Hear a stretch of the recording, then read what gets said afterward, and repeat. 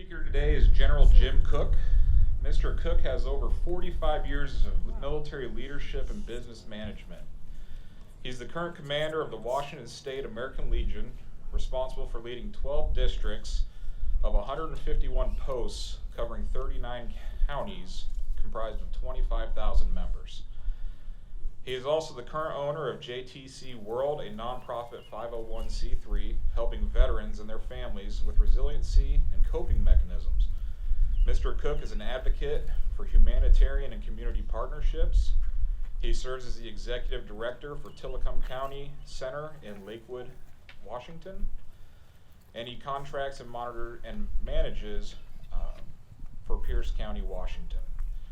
Brigadier General Cook retired in July 2012 after 34 years of faithful service in the U.S. Army. He was responsible for the Joint Engineering, Medical, and Community Outreach Program, training, and evaluation of 8,000 to 15,000 service members annually for deployment to humanitarian aid and other support missions. He's been a great partner to the cemetery, and we have, as we've expanded from one cemetery to 4 cemeteries, including the Southwest Washington region. Please join me in a round of applause as we welcome General Cook. Sir.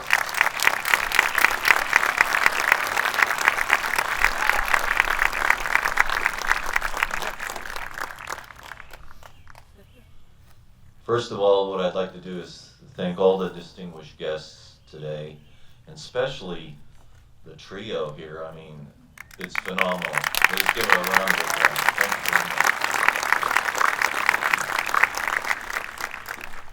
Yes, I spent a little time in the Army, and but I learned a lot. And I think the message here today is about learning, and it's about history too. I think we should all be aware of the history. Some people say, well, why do we have Memorial Day? It was alluded to.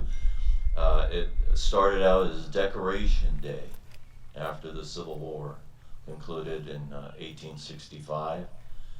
And there was a general General Logan, he was the Grand General of the Grand Republic Army, and he, of course, like any other general, issued Order 11, which stated that around the end of May, there will be a celebration to honor all those who have fallen in the Civil War. And the way they honored it was by having flowers being put on all the graves, and that's why they called it Decoration Day.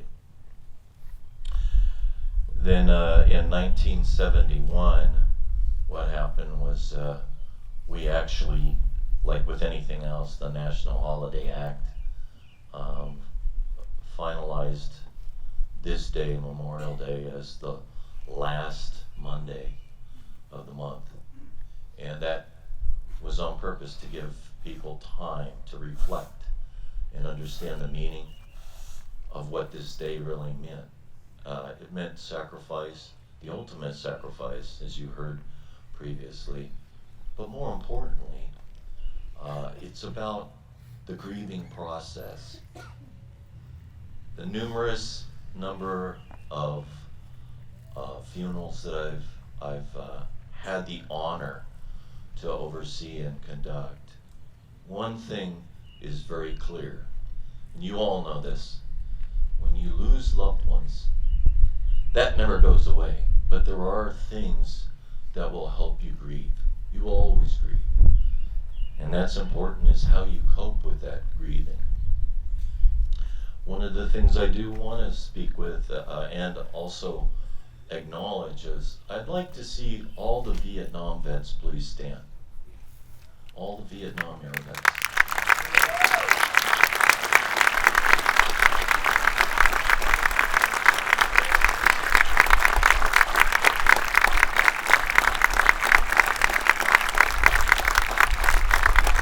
If you haven't heard, if no one has come up and said it, I will. Welcome home.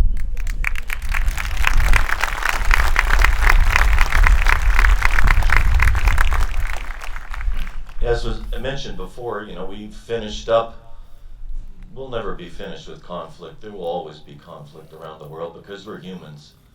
And, it's one thing or another. But think about it. 20 years of conflict.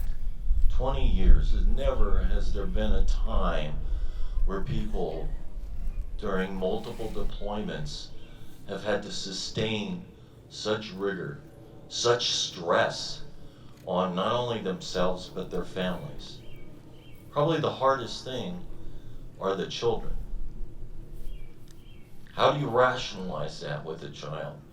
Sees their parents go off, return, go back out again. Multiple deployments. That puts a stress. It doesn't matter how resilient you think you are, it does put a stress on your belief system. It puts a stress on the family unit. And more importantly, it puts a stress on the individual. But the children pay the price. And having worked in resiliency and coping, I usually focus, when there's a family, I focus on the children. Because those are the ones that need the nurturing. Yes, children are very resilient, granted, but they need to know that it's not their fault. When I say that, it's when mom and dad or significant other returns, they're different. They're different from every aspect. And they think, well, is it my fault? So, all of you who understand, hug your children. I have children, they're in their 40s, and I still hug them and let them know everything's okay. Of course, both of them were in the Navy. I mean, that's a different subject. So,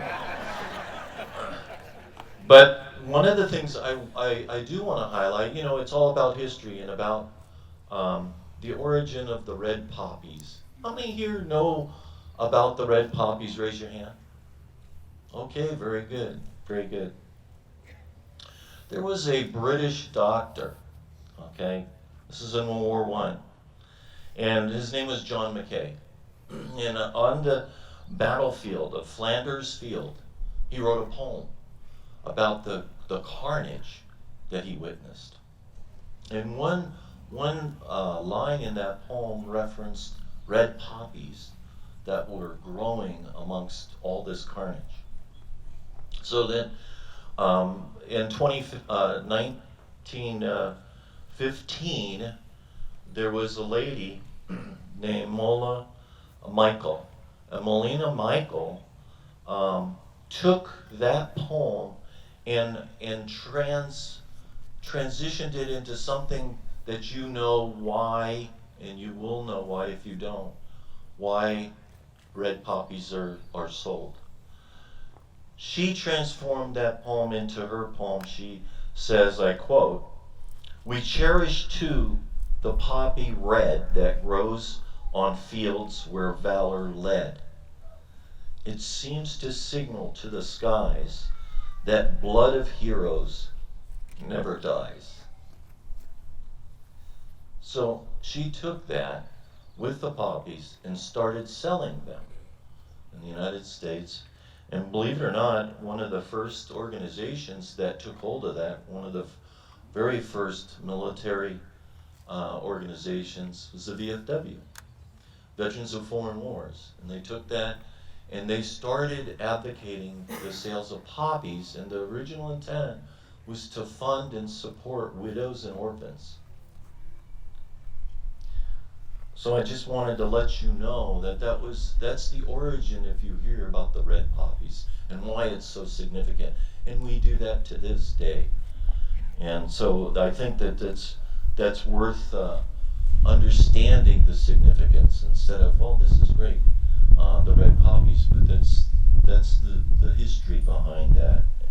And we're all about history because that's what allows us not to make the same mistakes, right? History, if we understand history, we're not going to repeat it. Is that correct? Well, we like to hope so. So, one of the last things that you need to be aware of, and many of you are, is the National Moment of Remembrance. How many, raise your hands if you know what that is? Okay, you got it. You're absolutely right. 3 o'clock today, take time to remember all of those who gave everything. And hopefully you're around a place where they'll play taps. But that is the National Day of Remembrance, and the national moment is at 3 o'clock today. So let's remember why we're all here. I mean, yes, we all have loved ones, we all have relatives, we all have family members that paid the ultimate sacrifice. But I think more importantly, and it's shown, especially that rendition, all the renditions, that music ties us together. Doesn't matter left, right, center, I don't care what your ideology is. But when everyone stands and they understand what America's about, I think that's the most important thing we should never forget. We should never forget the blood and treasure that was spent to enjoy the freedoms. Now, some people may argue, well, maybe we don't have that many freedoms. Well, I have to object. I've been all around the world, and I'll tell you what, by far, best country in the world, by far.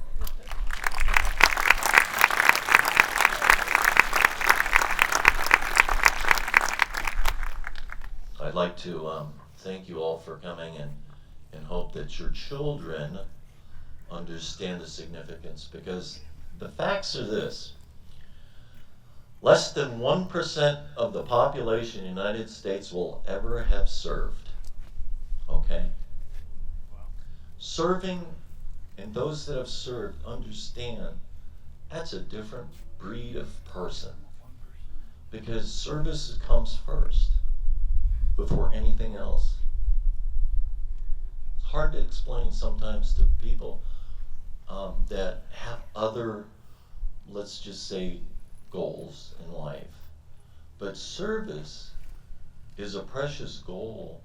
It's a precious trait that you will recognize immediately. That's that person, those people in the VA that help other folks get a leg up, get healed, get on their way, and understand their self-worth. That's what service is about. Service is not, what is it for me? It's how can I help you? How can I help you at this moment in time? And we should never forget that. And service takes a different mindset, takes a different commitment. And I am a firm believer that believing in America's fundamental values will get you there no matter where you are in your life's journey, no matter where you go, it will always be with you, because you're part of the greatest nation, because there are many people, warriors, what have you. I even include first responders, okay, that are out there that are protecting and safeguarding you as part of this nation. And we should never forget that. And the one last thing before I close is, let's not ever forget of those service members that committed suicide.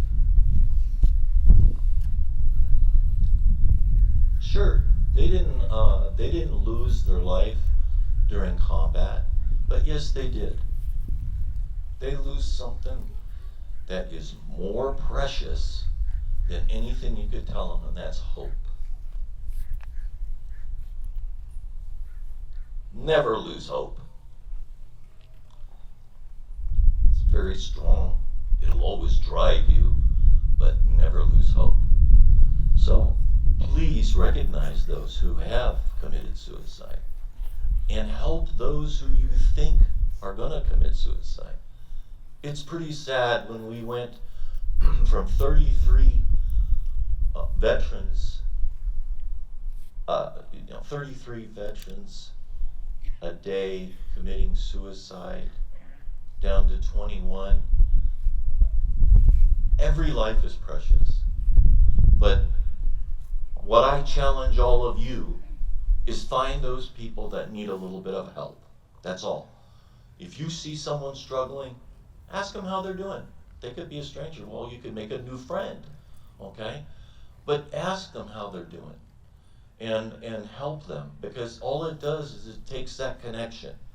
You make that connection, and I'll tell you what, you can maybe turn around a bad situation. That's all I ask.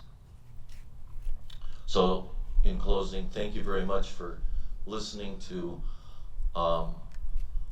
everything that was said here today. And that's one thing, and that's we all come together. We are all one, and we're all part of a great nation. And regardless of, your political slant, I am not political, okay? I just have to tell you that. When I left the Army, someone asked me, well, who are you going to vote for president? I go, I'm going to tell you something shocking. I have not voted for the last 4 presidents. And they were in shock. And they go, why? You're supposed to. And I go, no. I was focusing more on my service members than the political landscape, because I'd rather take care of them first than worry about politics. So thank you very much for coming out here. Please take the time to visit the graves. You'd be amazed. I had the opportunity to, up in Washington, at a funeral home, there was a Missing in America project, and they had uncovered 123 unclaimed veterans. And we were able to give them a proper honor, and we interred them at Medical Lake just outside of Spokane. 123.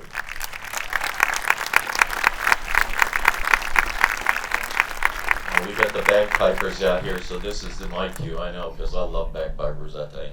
But thank you very much for coming out. Take the time to all I ask is one thing. You see someone struggling, it doesn't matter if you know them or not. Just say, do you need any help? Just one thing. Just say, do you need any help? Just start that conversation. Sure, people are going to say, well, I don't need any help. But it's that one person that does turn around and says, yes, I do. And you help them. So thank you very much. I appreciate you inviting me out here. Such a beautiful day.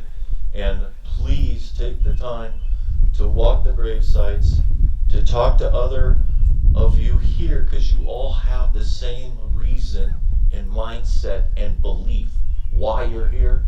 Speak with one another, okay? Because I'll tell you what, you're not coming out here just to enjoy the good weather, I know that.